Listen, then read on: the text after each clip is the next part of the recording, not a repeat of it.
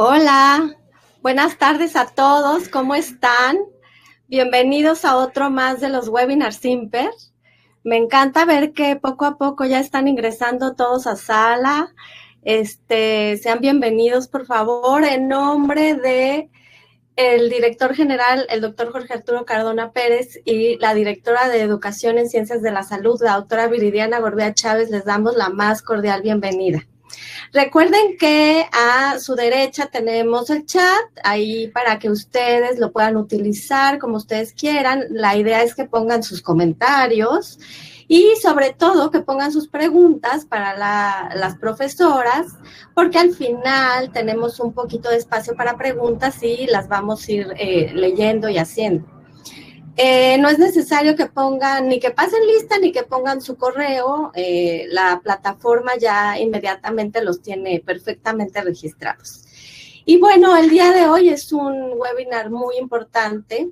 El 19 de octubre es un día que por iniciativa de la OMS se decidió conmemorar el Día Internacional de la Lucha contra el Cáncer de Mama.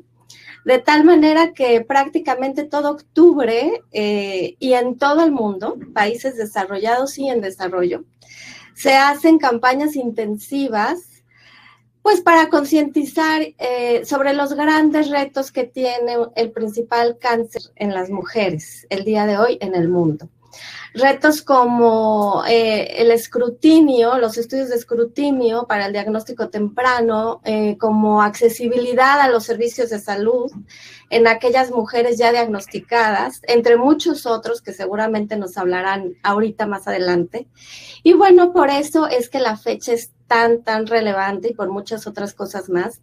Y el Instituto Nacional de Perinatología nunca se ha quedado atrás en celebrar y hacer mención este día tan importante, y hoy nos tocó. En el marco del Día Mundial de la Lucha contra el Cáncer de Mama, les presentamos el webinar de el manejo de cáncer de mama en tiempos de COVID-19, porque además estamos en tiempos de COVID-19.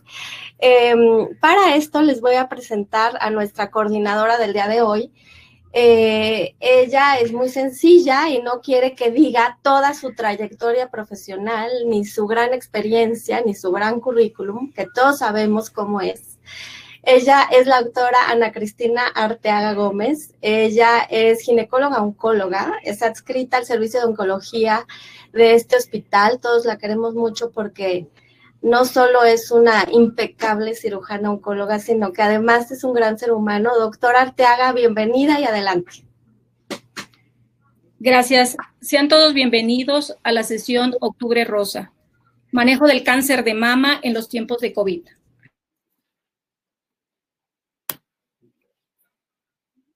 El cáncer de mama, a partir del 2006, se convirtió en la principal causa de morbimortalidad de la mujer mexicana, y esto se ha incrementado importantemente en los últimos 20 años.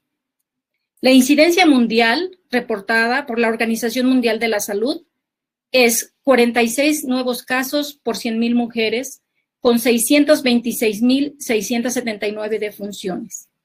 En México, datos estimados por el Instituto Nacional de Cancerología reportan una incidencia de 39 por 100,000 mujeres, 27,500 casos por año y 7,000 defunciones.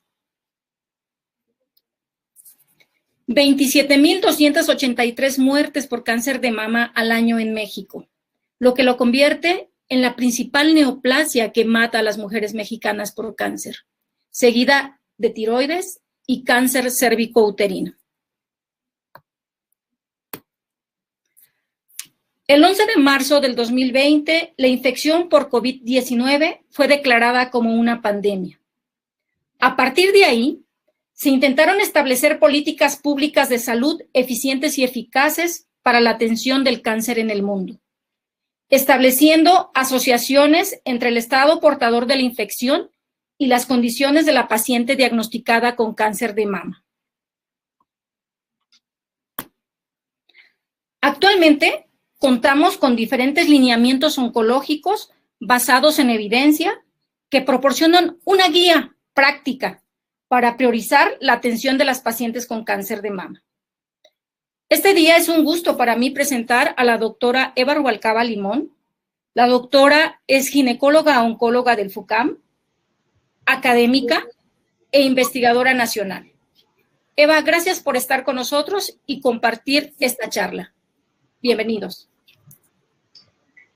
Muchas gracias. Agradezco al Instituto Nacional de Perinatología el seguir haciendo eventos relacionados al mes de la concientización del cáncer de mama y sobre todo en estos tiempos de pandemia. Y agradezco la invitación a participar en esta sesión especial, específicamente la doctora Ana Cristina Arteaga, buena amiga, colega y una mujer ejemplar. Iniciamos con el tema que les voy a hablar, es manejo de cáncer de mama en tiempos de COVID-19, que ha sufrido ha habido una gran cantidad de recomendaciones en cuanto al manejo de mujeres que tienen alto riesgo de cáncer de mama, el manejo en la población general y en las mujeres específicamente que tienen cáncer de mama.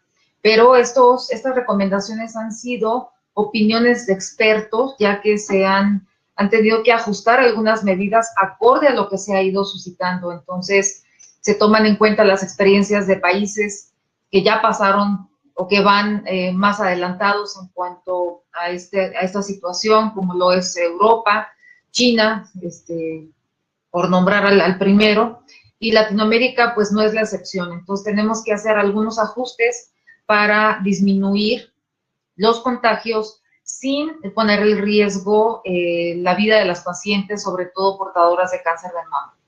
Esta diapositiva está publicada de hace unos 3 días, en donde vemos que seguimos con un número muy alto de casos confirmados, de personas infectadas y fallecimientos. Entonces, esto sigue, no sabemos cuándo va a terminar, por lo que debemos de seguir cuidándonos y tomar las precauciones recomendadas a nivel internacional. En cuanto a los pacientes que tienen cáncer en general, se ha visto que tienen más probabilidad de adquirir la infección por SARS-CoV-2. Sabemos que a mayor número de comorbilidades, hay mayor riesgo, sobre todo aquellos que tienen alguna afección cardíaca o alguna enfermedad respiratoria crónica. Además, personas de mayores de 60 años, que son hipertensos o que tienen diabetes. O sea, todos ellos tienen mayor riesgo, y si además son portadores de cáncer, pues esto incrementa el riesgo de infección, por lo que hay que tomar en cuenta e identificar bien a estas personas que tienen mayor susceptibilidad para desarrollar o para contagiarse.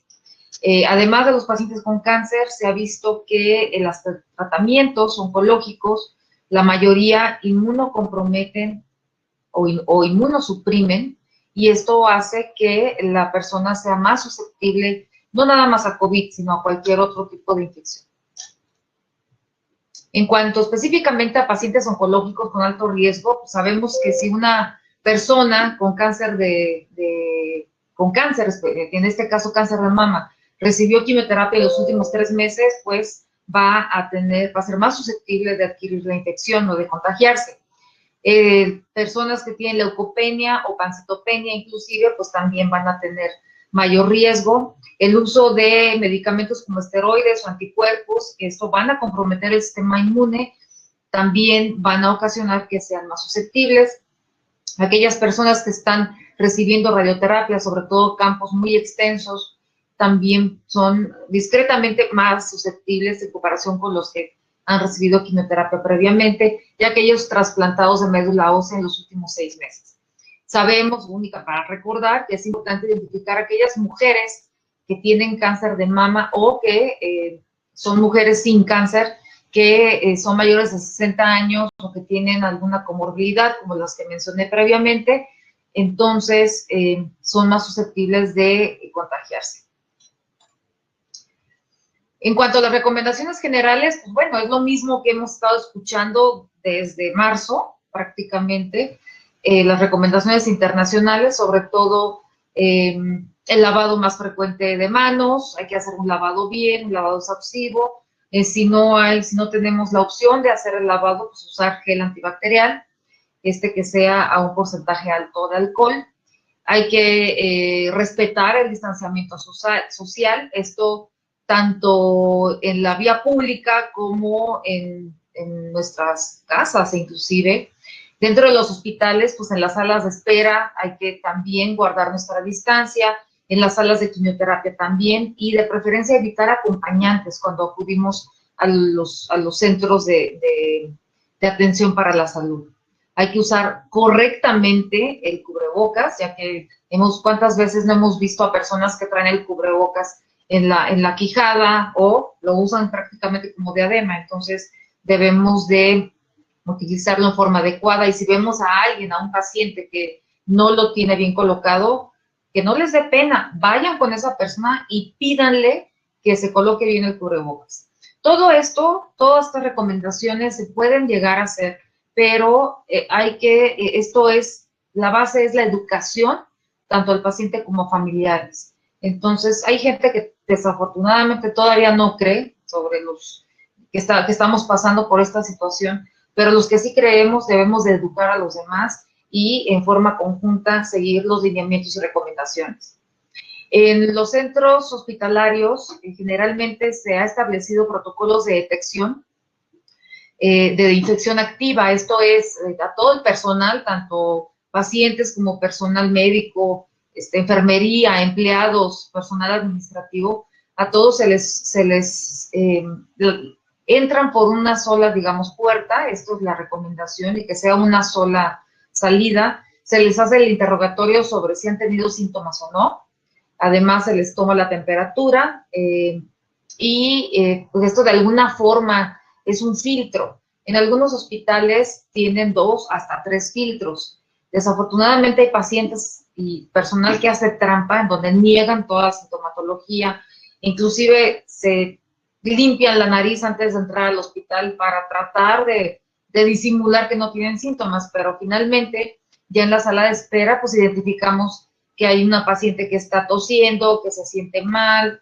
Entonces de alguna forma hay vigilantes por parte del personal en donde se está haciendo un monitoreo de la sala de espera para identificar a aquellas personas que son sospechosas de tener la infección. Y en caso de que sí existan datos de sospecha, pues definitivamente hay que realizar la prueba de PCR para COVID-19 y tomar en cuenta que las pruebas serológicas pues, todavía no son muy recomendadas, ya que hay la sensibilidad y la especificidad son más bajos todavía. Entonces, la prueba que se recomienda pues es el hisopado de nasofaringeo. Y el personal de atención de salud, pues además de todo lo anterior, es recomendable estar bien protegido. En algunos lugares en donde se sabe que hay mayor exposición, o en los centros donde sabemos que se reconvirtieron a centros COVID, pues la protección es extrema, pero en general debemos de utilizar batas, cubrebocas, de preferencia N95, caretas o gogles, y en algunos casos utilizar mascarillas que tienen filtros especiales, esto para disminuir en cuanto se pueda la exposición a este virus. Como les comentaba, a nivel internacional, varios organismos han establecido algunas prioridades y recomendaciones, aunque hay que tomar en cuenta y siempre tener presente que son recomendaciones de expertos, acorde a lo que ya sucedió en otros países. Y estos los dividen en alta, prioridad alta, intermedia y baja. O también por colores los han comparado con prioridad alta como un semáforo rojo, intermedia amarillo y baja en verde. En cuanto a la prioridad alta, esto significa que la atención inmediata debe de realizarse por las condiciones del paciente. Eso significa que el paciente es inestable, o sea, es crítica y requiere atención inmediata, o que la intervención que se vaya a realizar en realidad sí le va a otorgar un beneficio, ya sea por sobrevida o a nivel de calidad de vida. La atención o la prioridad intermedia significa que el paciente no está en una situación crítica y el retraso en la intervención puede realizarse hasta 2 meses. Pero hay que tomar en cuenta que en algunas situaciones hasta 2 meses en cuanto al terreno oncológico pues, sí puede tener repercusión. Por eso debemos de evaluar bien en qué prioridad estaría esta paciente. Y prioridad baja es aquellas personas o pacientes que tienen estabilidad, su condición es estable y la atención puede postergarse por algunos meses, pero después de 2 meses de haber evitado esta intervención o tratamiento o vigilancia, se tiene que revalorar. Hay que recordar que todas estas recomendaciones se emitieron más o menos entre los meses de marzo, abril, y se calculaba que la pandemia iba a terminar aproximadamente en unos 3, 4, 5 meses. Sin embargo, se ha visto pues, que no hay fecha para que termine esta pandemia y estas recomendaciones se están actualizando para poder hacer alguna intervención en donde no se vean afectados los pacientes con cáncer, ya que algunas intervenciones se ha propuesto que se deben de realizar al finalizar la pandemia, pero no podemos dejar de hacer, por dar un ejemplo, mastografías hasta dentro de 2 años. Entonces, es algo que se tiene que actualizar y yo creo que en un tiempo no muy lejano, quizá en un par de meses, va a haber unas modificaciones serias a estas recomendaciones. Ahora, ¿qué es lo que se tiene que hacer para hacer o sea, qué es lo que se debe de tomar en cuenta cuando cuando tomamos decisiones en base a prioridades? Esto a lo mejor conocido como un triage en la atención, y esto todos ustedes lo conocen en las unidades de urgencias, en donde se cataloga al paciente si requiere de una atención inmediata o puede esperarse un poquito o definitivamente lo enviamos a consulta externa. Entonces, este triage también se ha aplicado en pacientes oncológicos, no nada más en cáncer de mama, ya que hay recomendaciones muy específicas para cáncer gástrico, de páncreas, pulmonar, padecimientos hematológicos, y no nada más en cáncer, sino también en pacientes reumatológicos, en otras enfermedades. Entonces, en todos, en este caso, en la pandemia, en todos se ha realizado un triage en donde tenemos que ser muy, muy cuidadosos y muy selectivos en qué pacientes vamos a brindarles la atención inmediata. Y hay que tomar algunos aspectos, ya que todo está encaminado a atender a los pacientes que están infectados, o sea, los recursos están destinados para esta emergencia internacional. Y esto va a conllevar que exista una disminución en los insumos. Por ejemplo, guantes, batas, cubrebocas, o todos ustedes vivieron por ahí por marzo, abril, o sea, no se conseguía cubrebocas, ni batas, ni guantes, ni gel antibacterial, porque no había, o sea, se acabaron, inclusive en los supermercados, todos esos líquidos que son antisépticos o de limpieza, pues se acabaron. Entonces, esto sucede en los hospitales, y ¿por qué? Porque todo está enfocado a la atención de pacientes infectados. También existe menos personal de salud disponible, ya sea que también hayan sido que se estén infectando, que estén infectados, o cuántos de ustedes no han escuchado que la enfermera, la jefa de tal servicio falleció por COVID. Entonces, de alguna forma, esto ha disminuido la cantidad del personal de salud que pueda estar disponible para la atención de enfermedades, no nada más de COVID, sino de enfermedades oncológicas y de otras enfermedades que generalmente teníamos ya controladas, como la hipertensión y la diabetes. O también disminución de la cantidad de personas de salud por contagio o porque están dedicadas a cuidar a personas graves.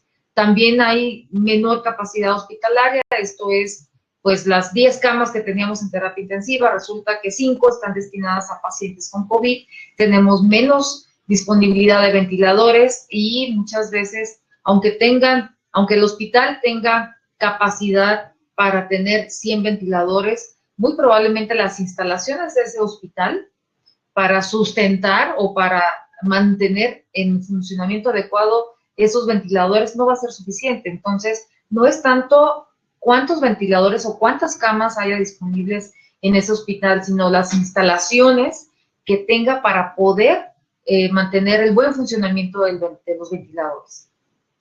Maximizar la distancia social entre pacientes, eso ya lo hemos comentado y es algo que no se quita el dedo del renglón, es una medida que siempre se tiene que respetar, pero también entre colegas y entre el staff.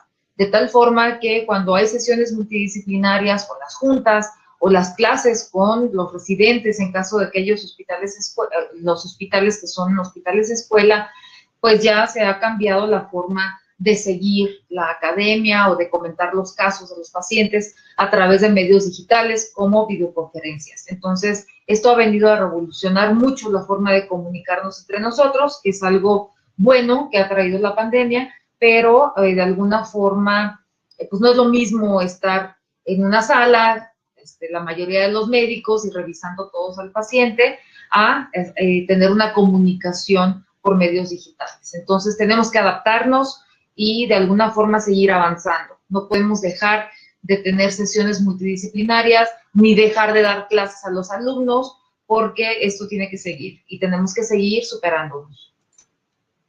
Entonces, el objetivo de hacer prioridades o tomar decisiones durante una pandemia, pues el objetivo principal es preservar y orientar todos los recursos hospitalarios e inclusive personal de salud para la atención de pacientes infectados. Sin embargo, estamos en una disyuntiva, ya que los pacientes oncológicos no deben de quedarse a un lado. Hay que recordar que el cáncer sigue, el cáncer no espera. Entonces, no podemos dejar a un lado la atención de pacientes con cáncer, porque esto va a comprometer mucho el pronóstico y la calidad de vida. Tenemos que atender pacientes con cáncer o dejarlo. O sea, esto es, de aquí viene el triaje oncológico, ya que si no atendemos el cáncer, pues el paciente va a tener progresión de enfermedad, esto va a empeorar el pronóstico y si teníamos la oportunidad de curarlo a una mujer con cáncer de mama en etapa 1 o en un cáncer in situ, si no la atendemos, pues la paciente va a fallecer al cabo de unos años.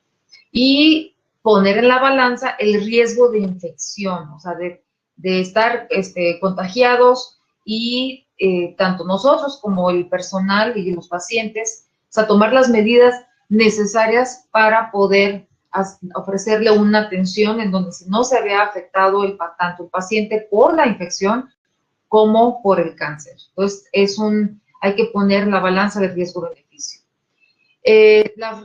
Una de las recomendaciones, no podemos decir que es una guía por la forma en que están elaboradas, son recomendaciones.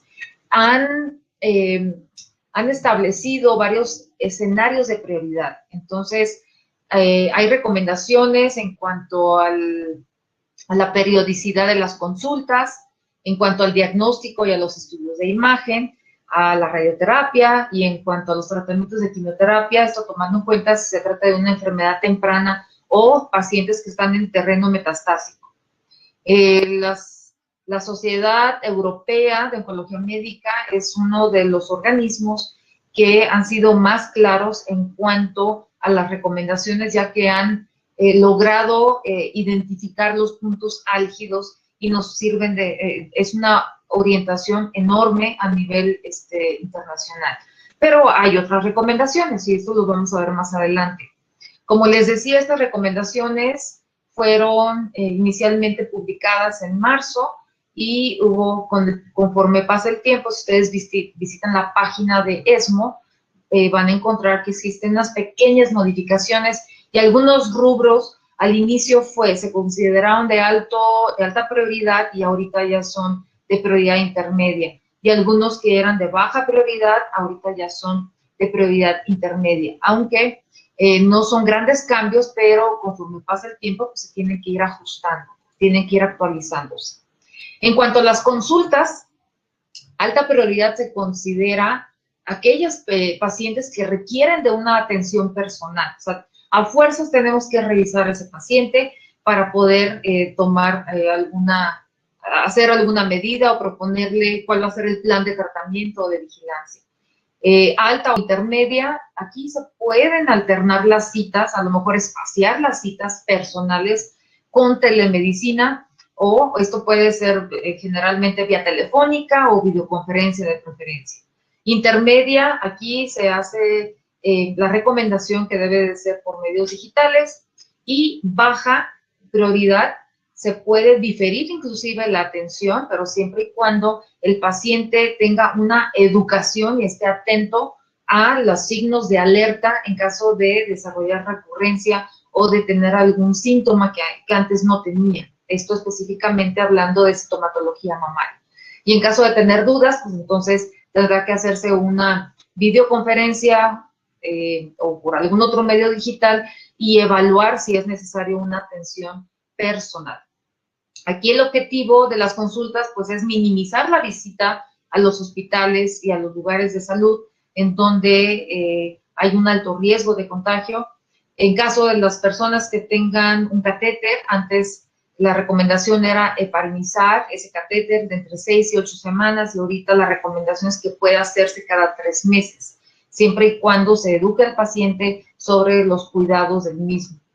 También los estudios de laboratorio, pues de preferencia que se hagan sus estudios de laboratorio en lugares locales, laboratorios cercanos, y no forzosamente acudir al hospital de referencia a hacerse los estudios. Entre menos visiten el hospital es mejor, y más cuando son hospitales que se reconvirtieron, que son hospitales COVID o que son híbridos, entonces entre menos acude el paciente es mejor. Y en la medida de lo posible, que el paciente vaya solo, a menos que sea una persona que forzosamente requiera de un acompañante. En cuanto a alta prioridad en las consultas, bueno, pacientes que tienen alguna complicación postquirúrgica o que son pacientes que requieren de una intervención inmediata, ya sea porque hay un hematoma que está creciendo o hay infección de herida, esta es una prioridad alta y tiene que acudir a consulta para valoración. También mujeres con cáncer de mama y embarazo, esto no importa el trimestre en el que esté, tiene que ir en forma inmediata a una consulta. Cáncer de mama invasor, en donde se diagnosticó recientemente, tiene que ir a consulta, ya que ahí se tiene que evaluar si requiere un tratamiento inmediato o puede postergar el inicio del tratamiento. Efectos secundarios severos durante el tratamiento, ya sea pancitopenia, leucopenia, etcétera, hay que evaluar al paciente y ver si requiere hospitalización o manejo en su domicilio con visitas periódicas, ya sea presenciales o mediante o en forma digital. Entonces, estas son las consultas que sí requiere de nuestra revisión física. En cuanto a las consultas, prioridad intermedia, pues bueno, si es un cáncer de mama in situ que se diagnosticó recientemente, pues bueno, hay que acordarnos que es una lesión preinvasora y de alguna forma se pueden espaciar las consultas e inclusive hacerlo a través de medios digitales. En mujeres que fueron operadas y que no hay complicaciones de herida, pueden espaciarse las consultas, es una prioridad intermedia.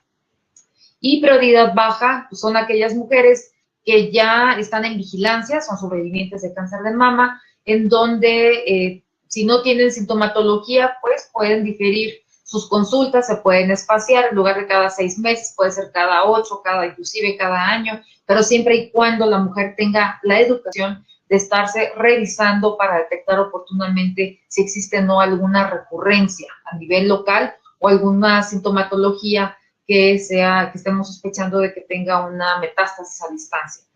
Mujeres que son consideradas de alto riesgo para desarrollo de cáncer de mama, generalmente las tenemos cautivas en la consulta, que son aquellas mujeres que tienen algún tipo de mutación, sobre todo BRCA1, BRCA2, en donde sabemos que en algún momento de su vida van a desarrollar cáncer de mama. Entonces, estas mujeres, si no tienen sintomatología, podemos espaciar las consultas y se pueden llegar a tener consultas en forma digital. Y todos aquellos servicios que se consideran de apoyo a oncología, como es psicología, nutrición, ellas pueden realizar este tipo de entrevistas y consultas por medios digitales. Aquí tenemos un ejemplo. Una mujer de 48 años de edad con un cáncer de mama derecho 2B, ya tratada hace 3 años. Ella actualmente se encuentra en vigilancia semestral y usa tamoxifen como hormonoterapia. Esta mujer, en cuanto a prioridad de consultas, se considera una prioridad baja. Entonces, esta mujer, en caso de que tenga molestias, puede hacer sus consultas pueden ser con telemedicina. En caso de algún nódulo o sospecha de recurrencia, entonces ahí sí cambia la prioridad, tendremos que revisarla. Pero mientras no tenga sintomatología, la paciente perfectamente puede llevar su vigilancia en forma digital. Entonces aquí la base es la educación y que la paciente esté al pendiente tanto de datos de recurrencia como efectos secundarios de los medicamentos. En este caso sería conocer bien los efectos secundarios del tamoxifen, que sabemos que no es tan inocuo este tratamiento con hormonoterapia. Y aquí tenemos otro ejemplo. Esta es una mujer de 36 años con un cáncer de mama derecho triple negativo y además está embarazada.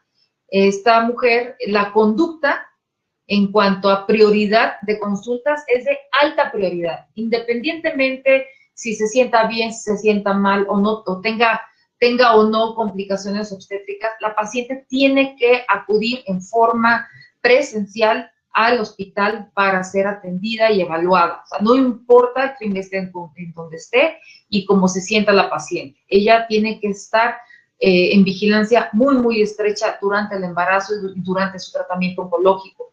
En cuanto a la prioridad del tratamiento, ya sea sistémico, que esté con quimioterapia o que requiera de tratamiento quirúrgico, también la prioridad es alta.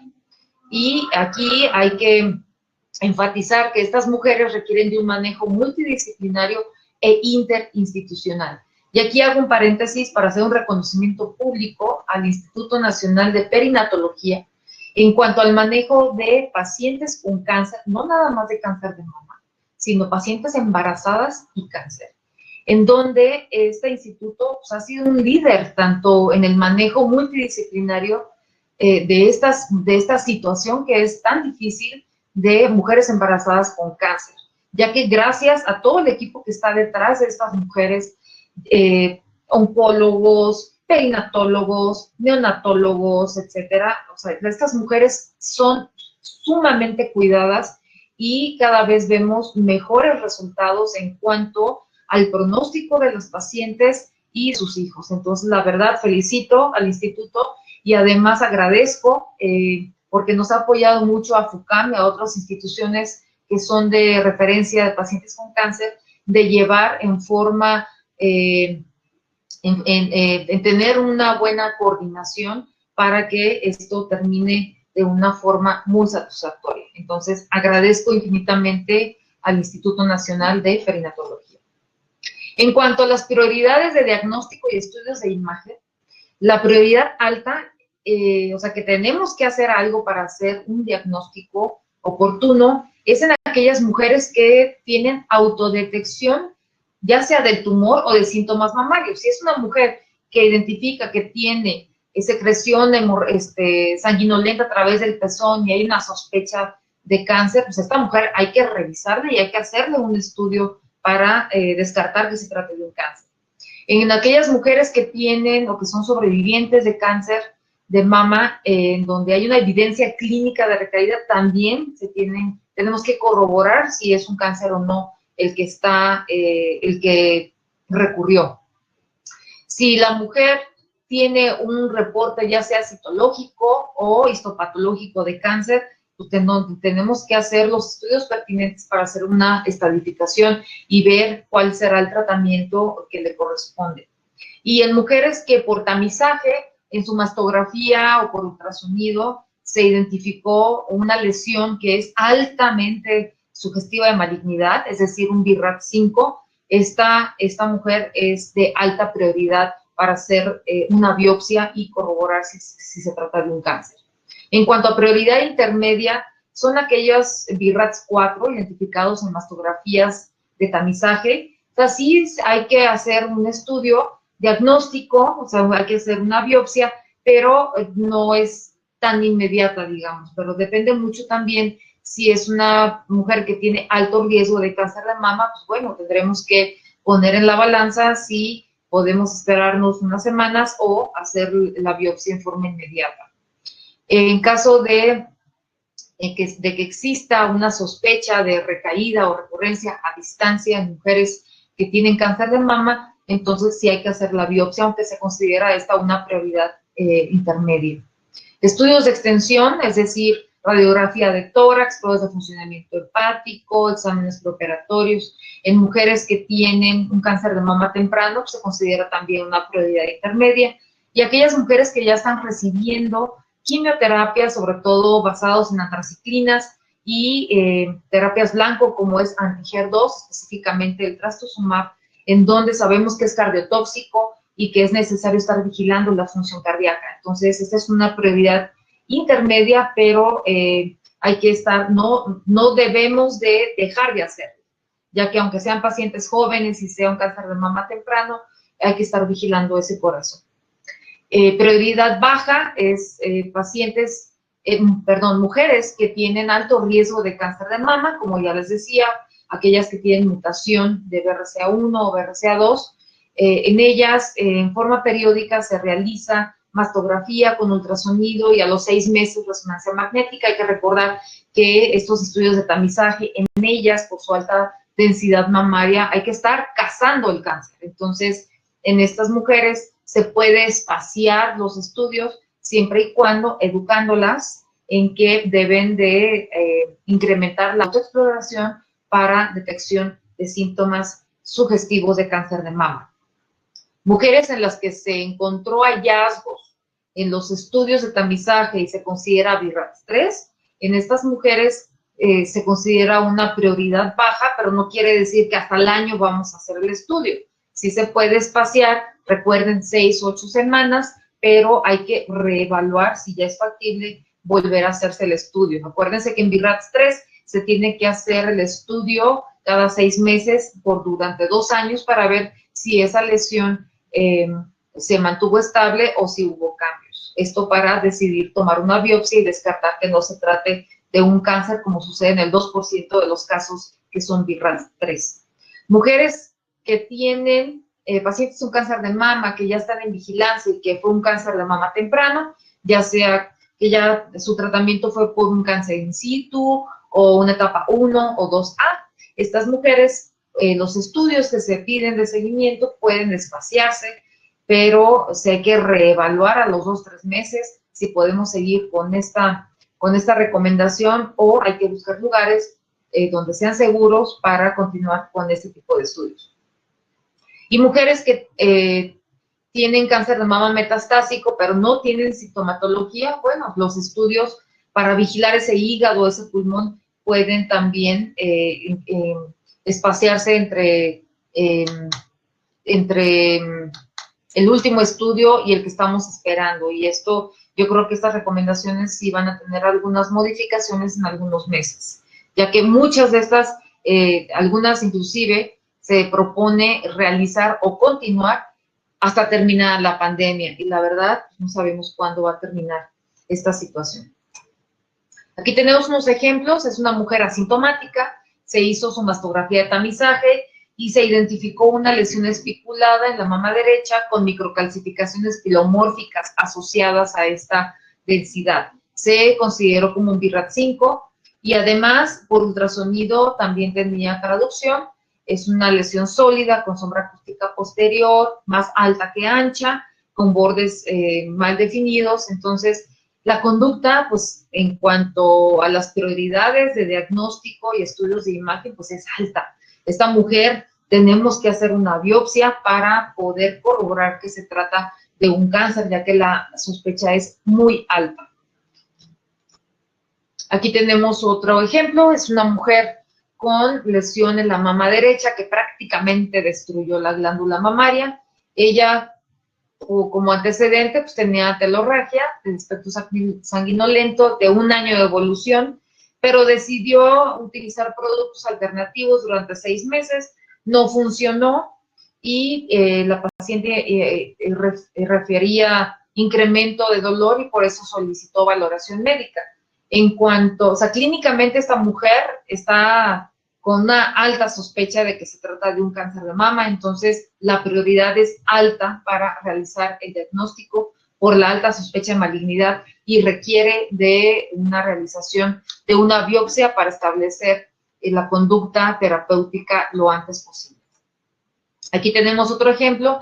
Esta es una mujer de 56 años de edad con mastalgia bilateral ocasional y dolor en ambas axilas. Ella requiere que se autoexplora y que no ha encontrado nódulos tanto en la mama como en la axila. En la mastografía y el ultrasonido mamario se identificó la presencia de quistes complicados en la mama izquierda, estos quistecitos muy pequeños, menores de 1 centímetro, y se le consideró como un estudio BIRATS-3. ¿Qué es lo que vamos a hacer con esta paciente? Pues bueno, la prioridad es baja para poder, en cuanto a, digamos, consulta y estudios diagnósticos, esto por lo que se encontró en los estudios de imagen, que son lesiones que más bien nos orientan a que se trate de lesiones benignas, y además, pues si pueden ver la imagen, ella tiene tejido ectópico axilar bilateral. Esto pues no es una urgencia, ella prácticamente nació así y con el tiempo se han desarrollado más, pero no requieren de una atención inmediata. En cuanto a las prioridades desde el punto de vista quirúrgico en pacientes con cáncer de mama, si son pacientes que fueron operadas y tienen, desarrollaron en el postquirúrgico inmediato o a la semana, 2 semanas, un hematoma que está creciendo, o que hay isquemia de colgajos o se desarrolló algún absceso, estas pacientes requieren de una exploración quirúrgica inmediata o de un drenaje, ya sea en consultorio o bajo sedación. Esta es una alta prioridad quirúrgica, o sea, no hay que darle largas, estas pacientes tenemos que revisarlas y tenemos que hacer una intervención quirúrgica de inmediato. Complicaciones de cirugía reconstructiva, por ejemplo, que esté sufriendo el colgajo, entonces esta mujer también se considera como una alta prioridad para su atención quirúrgica. Cirugía después de quimioterapia neoadyuvante, esto es que la respuesta no haya sido muy adecuada y que tengamos que operarla porque no es factible una segunda línea de quimioterapia, entonces esta es una alta prioridad. Ofrecerle un control local, en este caso sería con cirugía.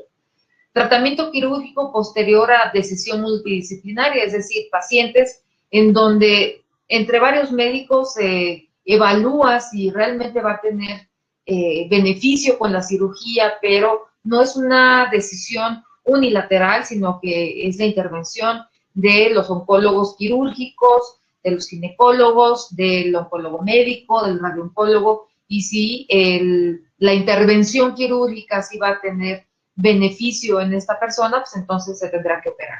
Cáncer de mama y embarazo, como ya lo comenté, no importa el trimestre y la condición, y si es necesario operarla, se tiene que operar. En caso de que exista recurrencias locales en pacientes que se están vigilando por cáncer de mama, el hacer la excisión amplia de esta lesión se considera de alta prioridad. Y hace algunos meses esta condición se consideraba como prioridad intermedia y en la última actualización se considera como una alta prioridad. En cuanto a prioridad intermedia, bueno, si son mujeres que tienen un cáncer de mama temprano, ya sea etapa 1 o 2, que se considera de bajo riesgo, que son aquellos tumores que expresan receptores hormonales y que no expresan HER2, se puede ofrecer el tratamiento primario quirúrgico, pero también hay que evaluar el inicio de hormonoterapia neoadyuvante, esto acorde a la función ovárica, es decir, se puede ofrecer tamoxifeno en mujeres premenopáusicas o algún inhibidor de aromatasa en mujeres posmenopáusicas. Esta prioridad ha ido modificando y hay que evaluar si es necesario.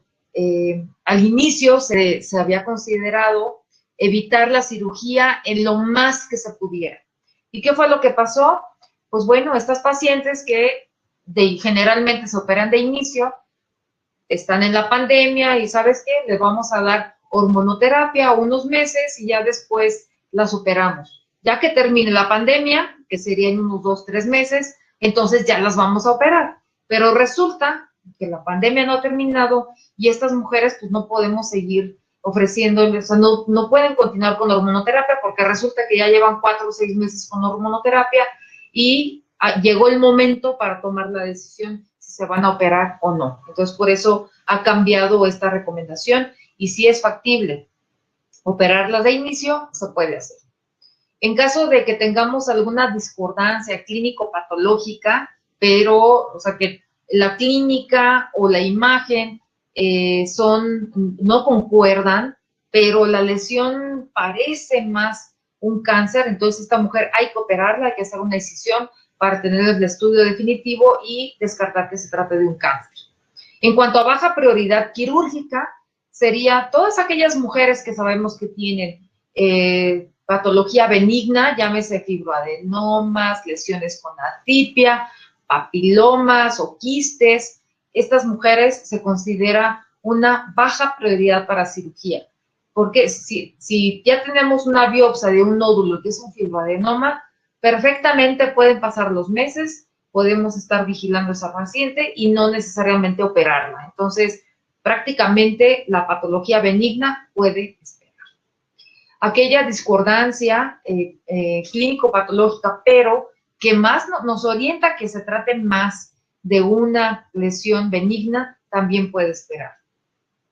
Carcinoma ductal in situ también puede esperar, esto lo vamos a ver más adelante, pero esto va a depender mucho si se trata de un alto grado o si la afección de la mama por el carcinoma in situ es extenso. Entonces, aquí no puede esperar y en lugar de ser una baja prioridad, se convierte en una intermedia o en intermedia alta.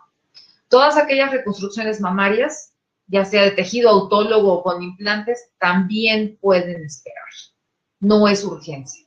Y las cirugías reductoras de riesgo en mujeres que son de alto riesgo para cáncer de mama, como aquellas que tienen mutación de BRCA1 o BRCA2, el hacer una mastectomía bilateral o hacer oforectomía bilateral para reducir el riesgo del desarrollo de cáncer de mama y cáncer de ovario, también pueden esperar.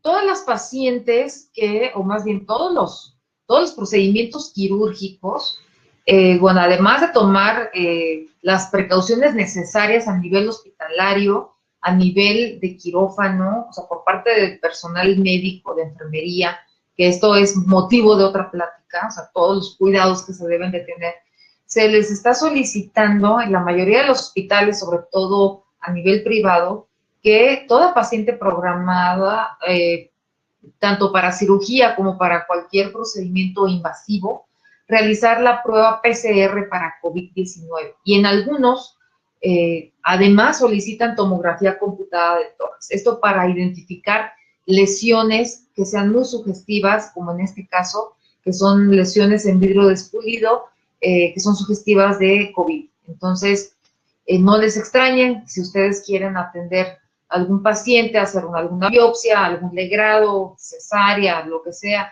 y se soliciten, sean requisitos, pues es por la seguridad del paciente y sobre todo de ustedes. O sea, no hay que subestimar las lesiones y que un paciente que muy probablemente sea positivo y sea asintomático, pues a las 2 semanas van a ver cómo están. Entonces, necesitamos tomar todas las medidas necesarias para protegernos. Aquí tenemos un ejemplo, es un carcinoma ductal in situ de bajo grado.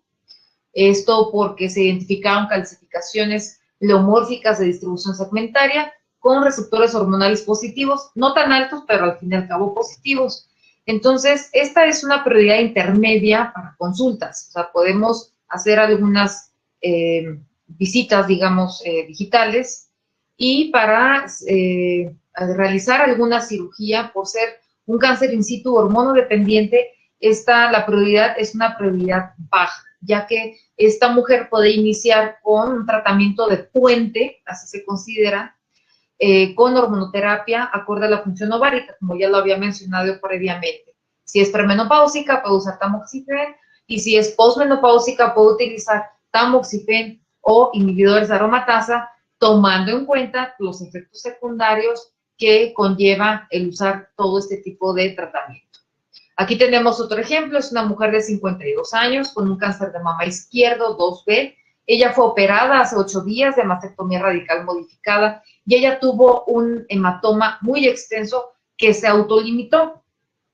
Ella de inicio tuvimos que haberla revisado para ver si la prioridad de someterla a un drenaje y una exploración del lecho quirúrgico era prioridad o no. Sin embargo, aunque el hematoma fue muy extenso, se autolimitó y actualmente la paciente pues no tiene una prioridad, digamos, inmediata para hacer una exploración. O sea, no es candidata a cirugía, pero sí para estarla revisando en forma presencial para evaluar cómo va ese hematoma y cómo se está resolviendo.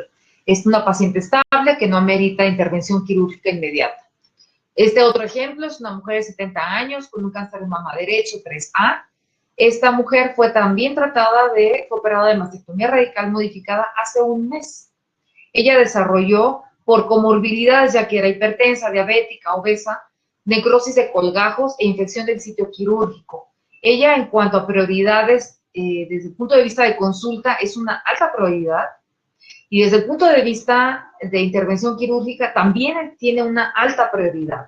Esta mujer requiere debridación y esta mujer se hizo la debridación bajo anestesia general y después de 2-3 semanas ya hubo resolución de la complicación de la herida quirúrgica. Entonces, tenemos que evaluar si esta mujer o este tipo de mujeres, cuando hay complicaciones de heridas, si requieren que las operemos o no.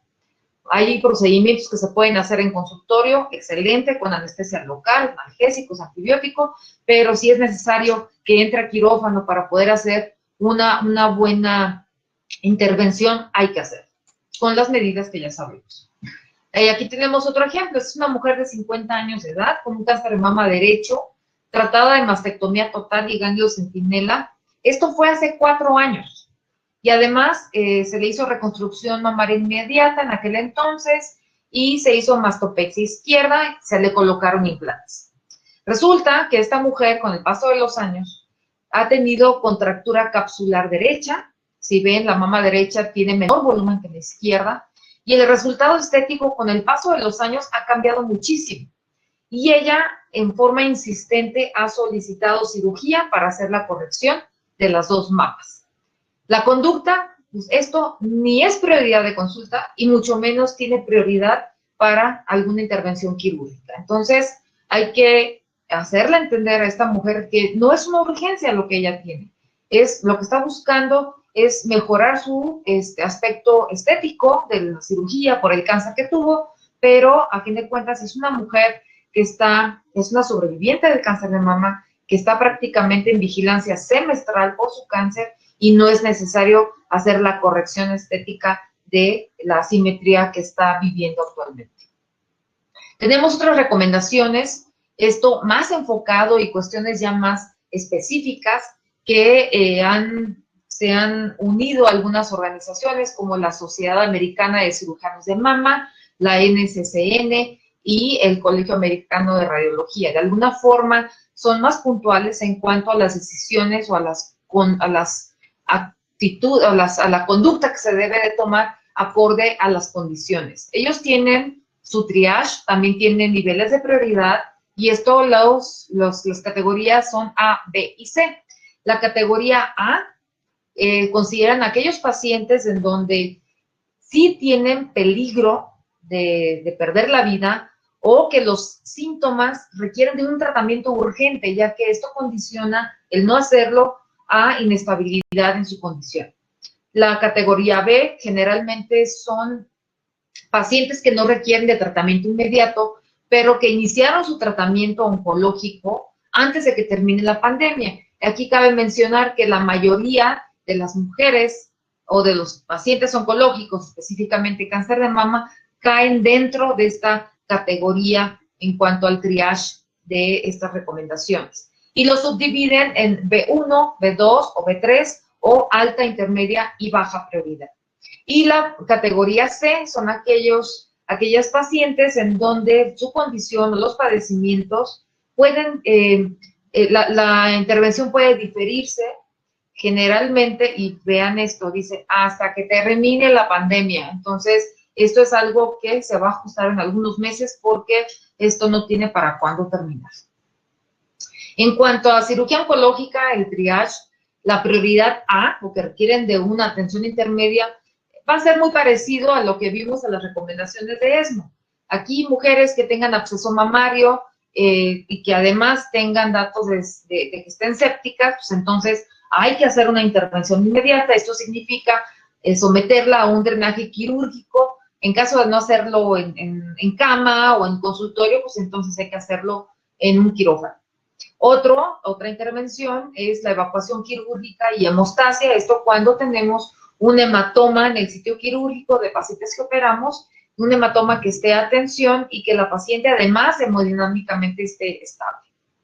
Otras urgencias oncológicas, que esto es por parte de oncología médica, que también tiene su triage en cuanto a secuelas, en cuanto a efectos secundarios por quimioterapia, pues es la neutropenia febril, hipercalcemia, dolor intenso, o que tenga un derrame pleural que sea sintomático, que la paciente además tenga dificultad respiratoria, o que haya alta sospecha o que se haya corroborado metástasis cerebrales.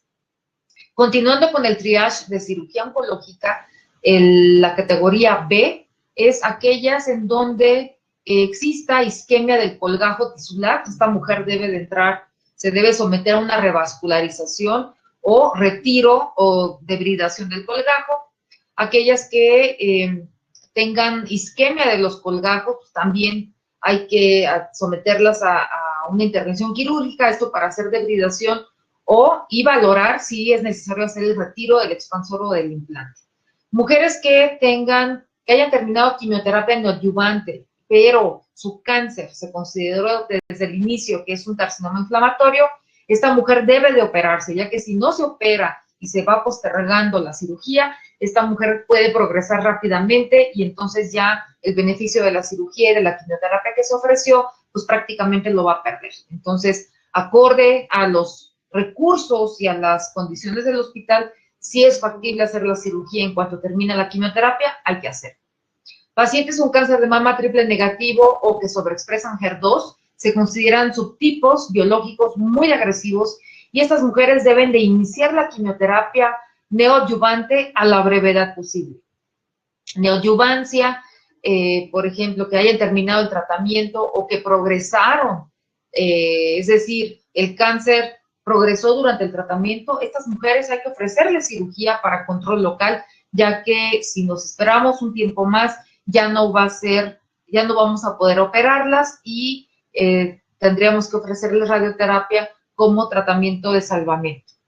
Etapas clínicas T2, es decir, entre 2 y 5 centímetros o que tengan medios positivos y que además sean hormonodependientes, se podría retrasar la cirugía dando un tratamiento puente como es la hormonoterapia, pero va a llegar el momento en que no pueden eternizarse con la hormonoterapia y hay que ofrecerles la cirugía.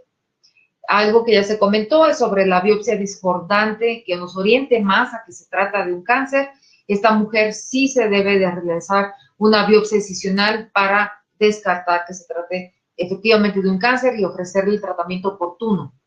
En caso de que tenga ya un diagnóstico de cáncer o sospecha de recurrencia local, entonces sí hay que hacer los estudios de imagen pertinentes, los estudios de extensión y hacer la excisión cuando las condiciones lo permitan y siempre y cuando se haya descartado que no tiene enfermedad a distancia. En cuanto al triage, prioridad C, en cuanto a cirugía oncológica, aquellos cánceres in situ, pero que sean receptores hormonales negativos, sí se podría retrasar la cirugía, pero fíjense, aquí la recomendación es hasta que termine la pandemia de COVID. Hay que recordar que si un cáncer in situ, receptores hormonales negativos, pues no es tan de buen pronóstico, entonces hay que evaluar el riesgo de desarrollar cáncer invasor. Si es alto grado y la afección es en toda la glándula mamaria, pues bueno, el tratamiento, o sea, esta mujer no se puede esperar, hay que ofrecerle cirugía de inicio y automáticamente cambia a una prioridad B. Si por algún motivo la mujer fue operada y los márgenes fueron positivos, entonces se podría retrasar la reescisión algún par de meses, pero no hay que, si no tiene ningún tratamiento adicional como hormonoterapia o quimioterapia, entonces pues hay que reoperarla y hacer esa ampliación.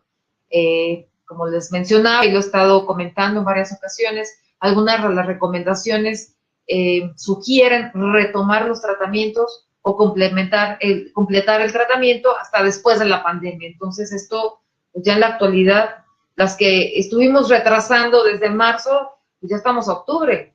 Entonces ya pasaron 7 meses y no podemos seguir esperando para continuar el tratamiento. Etapas clínicas tempranas como T1 y receptores hormonales positivos. Inicialmente se recomendaba retrasar la cirugía, se podía utilizar hormonoterapia neoadyuvante y esto hay que revalorarlo después de 4 o 6 meses.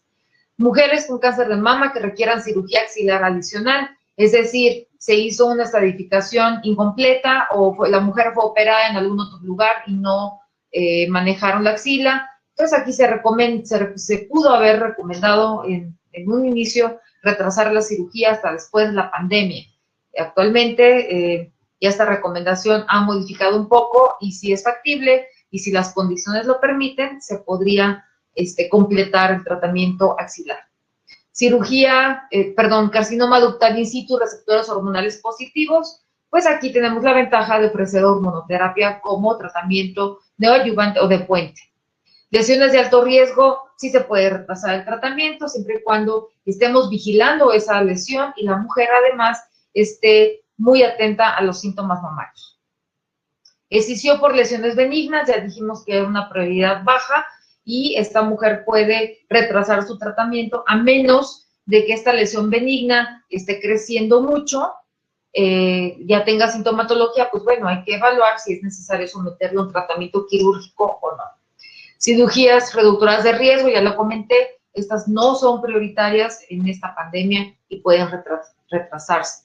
Otras recomendaciones, que es algo que ya lo sabemos, pero se está enfatizando mucho, es que aquellas mujeres que se les realizó cirugía conservadora, estas se pueden hacer siempre y cuando se tenga con la unidad de radioterapia disponible. Si de por sí esta es un requisito para hacer cirugía conservadora, en estos tiempos es más la recomendación. Siempre y cuando, si se cuenta con la unidad de radioterapia y se puede diferir algunas semanas, pues que este diferimiento no sea tan amplio.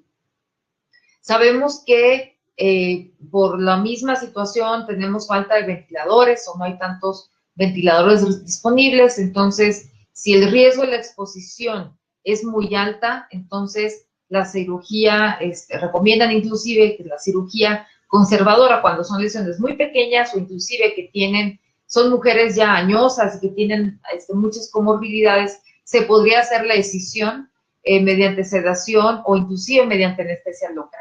Que esto, en mi muy personal punto de vista, lo considero muy riesgoso, ya que no es tan fácil, sí las hemos hecho, pero no es tan fácil hacer una decisión amplia en una mujer con estas características y únicamente con anestesia local.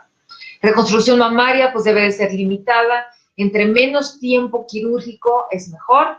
Entonces, la reconstrucción con tejido autólogo o colgajos grandes en donde el tiempo quirúrgico va a ser mayor, va a haber mayor exposición. Entonces, este tipo de reconstrucciones deben de evitarse en la medida de lo posible, además de que el riesgo de complicaciones al ser cirugías tan extensas es mayor. Entonces, si se va a reconstruir, la recomendación es que sea un expansor tisular o un implante mamario. Y las cirugías después de quimioterapia, pues bueno, se puede llegar a retrasar 6 o 8 semanas, pero hay que recordar que entre mayor tiempo pase entre el haber terminado la quimioterapia y la cirugía, más se va perdiendo el beneficio de la quimioterapia. Hay otras recomendaciones que también repiten muchos de los aspectos, es de la Sociedad de Cirugía Oncológica de Estados Unidos. Ellos también, en cuanto a carcinoma ductal in situ, recomiendan, se puede diferir la cirugía inclusive hasta 5 meses, pero con una constante vigilancia, ya sea a través de consultas presenciales o medios digitales, y sí expresar receptores hormonales entonces utilizar hormonoterapia. Etapas 1 a 3 que tengan receptores hormonales positivos, se puede iniciar con hormonoterapia neoadyuvante o inclusive si se considera que va a responder más a quimio, entonces ofrecerle quimioterapia neoadyuvante. Subtipos biológicos que sabemos son más agresivos, esto ya lo había mencionado, pues iniciar con quimioterapia neoadyuvante, sobre todo cuando son tumores mayores de 5 centímetros o tienen ganglios positivos. Y casos especiales, por ejemplo, tumores como angiosarcomas o pilodes limítrofes o malignos, pues estos, como le vean, no deben de evitar la cirugía, no se puede retrasar. Hay que recordar que estos tumores crecen rápidamente, como en este caso, es una mujer con un tumor filodes limítrofe de 23 centímetros que además ya rompió la piel, o sea, está fungado, hay datos de infección.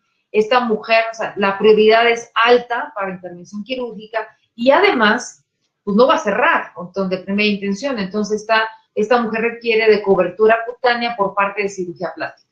Esta intervención no puede retrasarse.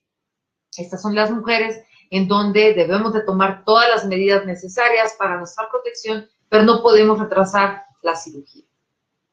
En cuanto a oncología médica, por mencionarles algunos, también tienen su triage, radioterapia también tiene su triage, como ya les comenté, aquellas mujeres que requieran de intervención hospitalaria, ya sea por neutropenia, dolor intenso, derrame pleural sintomático, metástasis cerebrales, pues deben de recibir una pronta atención.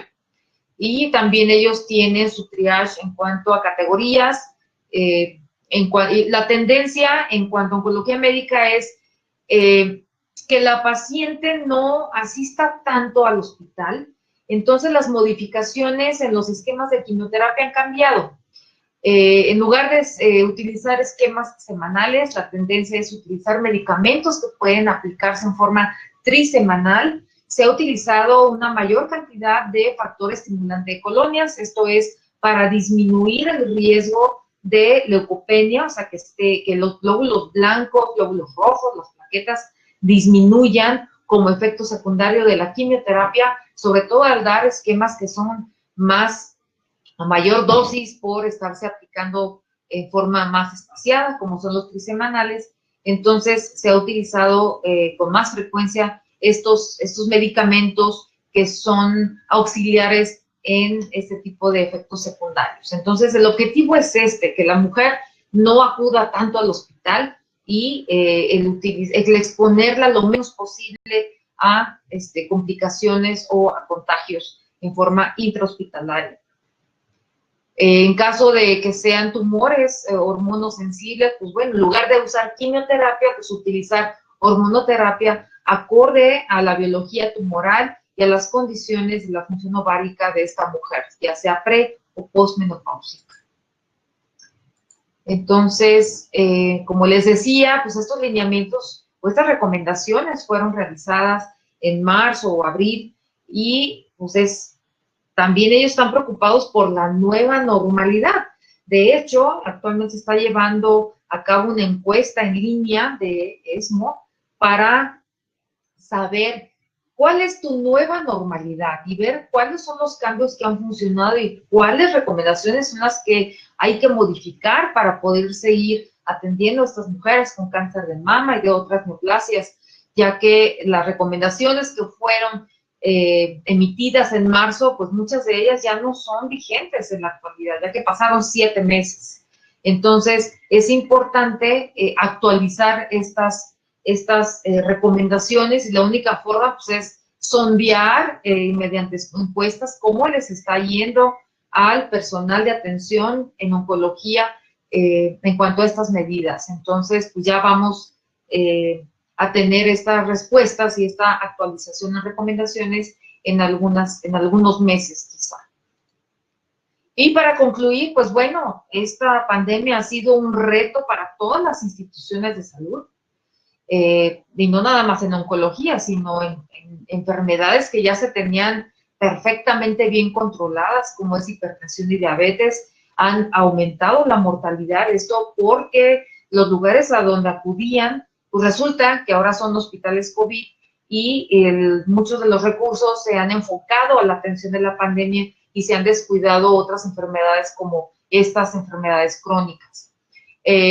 Algo bueno es que ha incrementado la conectividad y la telemedicina, hemos aprendido, nos tenemos que actualizar, tenemos que modificar nuestras redes, tenemos que tener más comunicación y la tecnología, pues esto ha permitido no mantenernos aislados con otros compañeros y seguir avanzando en cuanto a las sesiones, en cuanto a la academia, etc. Tenemos que seguir manteniendo las áreas que son libres de COVID, hay que seguirlas cuidando, hay que seguirlas manteniendo libres, ya que todo hay que evitar que todo sea COVID. Hay que identificar tempranamente los síntomas de pacientes que están infectadas, hay que evaluar el riesgo individual de la población general y de los pacientes, identificar cuáles son esas personas o esos pacientes que son alto riesgo de contagiarse y que tienen una alta probabilidad de fallecer. También hacer hincapié y no bajar la guardia en cuanto al cuidado personal, ya que sabemos que pues, ha habido nuevos brotes, bueno, que más bien ha habido un incremento del número de casos y de muertes, no nada más en nuestro país, y esto muchas veces ha sido porque bajamos la guardia, relajamos mucho nuestros cuidados, nos confiamos, y esto ha permitido que no se pueda controlar la pandemia. Decisiones terapéuticas, pues bueno, todos estamos obligados a conocer las recomendaciones y las prioridades respecto a consulta, diagnóstico, ver qué pacientes sí requieren de una intervención quirúrgica inmediata y conocer los tratamientos oncológicos emitidos y las modificaciones a los tratamientos que nos recomiendan los organismos internacionales. Y aquí lo tengo que decir, tenemos que aprender los que van más adelante de nosotros. Si no aprendemos de lo que estamos viendo de los países que ya pasaron por esto, estamos perdidos. Entonces, hay que tomar en cuenta y hacerles caso por lo que están viviendo y lo que nos está tocando vivir y tomar las medidas pertinentes y ajustar nuestra conducta como médicos. No hay fecha cercana para que termine la pandemia y el cáncer no esperará a que termine la pandemia. Entonces, tenemos que poner en una balanza cuáles van a ser nuestras conductas en cuanto al tratamiento de pacientes con cáncer de mama dentro de esta pandemia. Tenemos que seguir atendiéndolas, tenemos que seguirlas cuidando para que su pronóstico no se vea afectado a mediano plazo. Y finalmente recordarles que el 19 de octubre pues es el Día Internacional de Concientización de Cáncer de Mama y agradezco infinitamente al Instituto Nacional de Perinatología el haber participado en esta sesión especial y agradecer que año con año siempre están muy atentos en hacer actividades referentes al cáncer de mama en el mes de octubre. Muchísimas felicidades.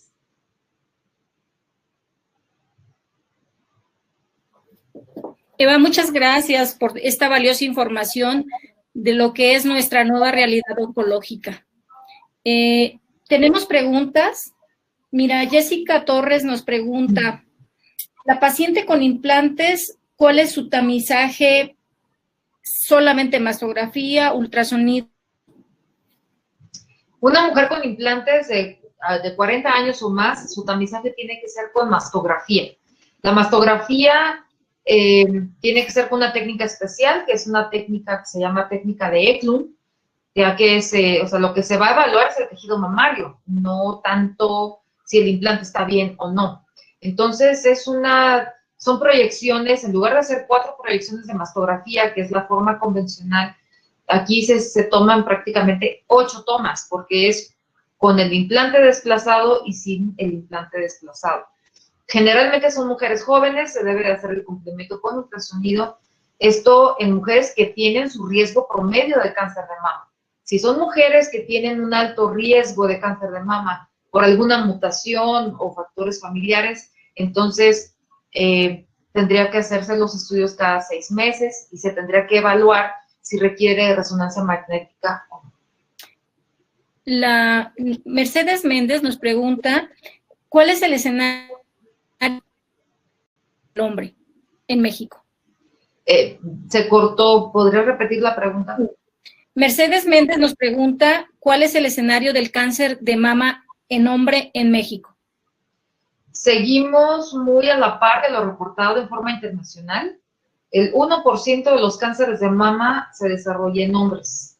No hay, hasta el momento no existe una tendencia en que nuestros hombres mexicanos tengan un aumento en el riesgo, a menos de que estos hombres tengan alguna mutación en BRCA2, entonces su riesgo aumenta a 6% de su riesgo de cáncer de mama, pero comparado con el resto de los países, estamos muy similares. Abraham Castillo nos pregunta, ¿qué se debe de hacer cuando el pezón está invertido desde que nació sin factores de riesgo? ¿La paciente debe de acudir a la consulta? ¿Depende de su edad? ¿Nos puedes comentar de esto? Sí, este es uno de los signos de sospecha de cáncer de mama, pero aquí mucho tiene que ver desde cuándo existe esa retracción del pezón. Si esa retracción existe desde el nacimiento o desde que tuvo el desarrollo mamario y no hubo un completo desarrollo de ese complejo areola-pezón, pues bueno, esa mujer así usa su pezón, así es ella, y la temporalidad es lo que nos va a orientar a si es una sospecha o no. Esta mujer, si sabe que así nació, entonces es una variante anatómica en donde no tenemos que preocuparnos, pero si esta retracción con el paso del tiempo va incrementando y es sobre todo unilateral, entonces sí hay que hacer los estudios de acorde a la edad, ya sea mayor o menor de 40 años y los factores de riesgo que tenga, para ver si se hace ultrasonido o es necesario hacer mastografía con ultrasonido. Pero aquí mucho tiene que ver, nos ayuda mucho el tomar la decisión, el tiempo en que se encuentra esta alteración. Si es de recién aparición, entonces sí es sospechoso, pero si nació con ella, pues es prácticamente una variante anatómica. Mira, María del Carmen Velázquez nos pregunta, y tal vez viene esto, que ya lo vimos durante toda la charla, pero ella pregunta y dice, por miedo la paciente con cáncer ha dejado de acudir a los hospitales. ¿Quién debe de acudir a la consulta? Tal vez va encaminado un poquito a si ya debemos de reactivarnos, si la paciente que está en seguimiento por un cáncer ya debe de acudir a los hospitales o se tiene que esperar un poco. La recomendación en papel dice que pueden esperar, pero esto hay que recordar que estas recomendaciones se realizaron a inicio de año, pensando en que esta pandemia iba a terminar en algunos meses. Entonces, no podemos seguir esperando, tenemos que ajustar nuestras consultas. Las pacientes sobrevivientes de cáncer de mama, se puede espaciar digamos, las visitas, en lugar de cada 6 meses, a lo mejor cada 8 o 9 meses, pero no podemos dejar de revisarlas. Muchas veces, aunque ellas sepan que tienen que revisarse, pues no se revisan en forma completa, o hay detalles en donde únicamente los oncólogos buscan intencionadamente. Entonces, yo creo que sí hay que retomar esto, hay que continuar con la vigilancia y ser muy cautelosos, entonces tomando las medidas pertinentes de evitar la exposición lo mayor posible, llevar una distancia, tanto el médico como el paciente, utilizar un cubrebocas adecuado, usar caretas, estar el menos tiempo posible en el hospital, en la sala de espera, e inclusive si nuestras consultas eran de media hora, disminuirlas a 10 minutos, pues ni modo, son cosas que tenemos que hacer, pero no podemos dejar de revisar. Sí, claro, fue de las principales acciones que se implementaron, ¿no? Consultas rápidas, prontas, para evitar la exposición de ambos, ¿no? Tanto de la seguridad de la paciente como del médico. Así es. Mira, y yo creo que para finalizar esta excelente charla, vamos a preguntar lo que nos dice Víctor Rodríguez. Nos dice, ¿cuál es el impacto de la lactancia en la reducción del riesgo de cáncer de mama? Se sabe que sí tiene una disminución, o más bien al revés. Las que no lactaron son las que tienen mayor riesgo. De alguna forma, la lactancia es una forma de maximizar el desarrollo de la glándula mamaria. Entonces, cuando la glándula llegó a su máximo desarrollo, de alguna forma hay zonas en donde tienen menos predisposición a alteraciones como el cáncer de mama. Sin embargo, sabemos que hasta el 70% de las mujeres que tienen cáncer de mama eran mujeres bien portadas. Menstruaron después de los 12 años, tuvieron su primer hijo antes de los 30 años, lactaron, no tenían factores de riesgo para cáncer de mama y aún así desarrollaban cáncer de mama. Entonces, sí es un factor protector, pero no quiere decir que el lactar te va a evitar el desarrollo de cáncer de mama. Entonces, sí es algo que hay que fomentar, pero tampoco le puedes decir a una mujer, embarázate antes de los 30 años, ten muchos hijos, o sea, no podemos hacer este tipo de recomendaciones, pero el fomentar la lactancia, eso sí. Muy bien. Eva, pues no me queda más que agradecer tu tiempo, tu inteligencia, tu disposición de siempre, a todos los que nos acompañaron en este excelente webinar y decir que, bueno, hasta el día de hoy estamos trabajando y lo seguiremos haciendo por las mujeres mexicanas, por el país y por todos. Muchas gracias.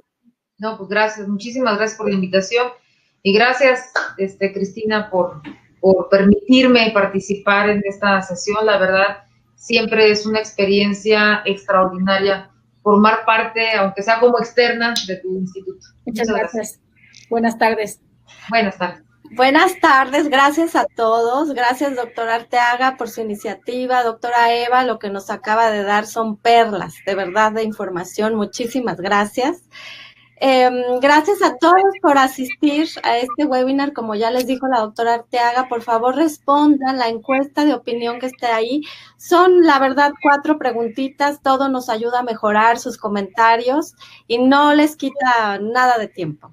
Y mañana los invitamos a la misma hora a uno de los webinars también que sigue en la serie de webinars que hemos tenido de COVID-19, que es el webinar de aspectos prenatales de la infección por SARS-CoV-2. Para todos mis compañeros obstetras, les aseguro, no se van a arrepentir. La información que se va a dar mañana es igualmente valiosísima y ahora que ya han pasado más meses, se ha juntado más información. Acompáñenos y hasta luego y excelente tarde. Que estén todos muy bien. Bye. Gracias. Bye, bye.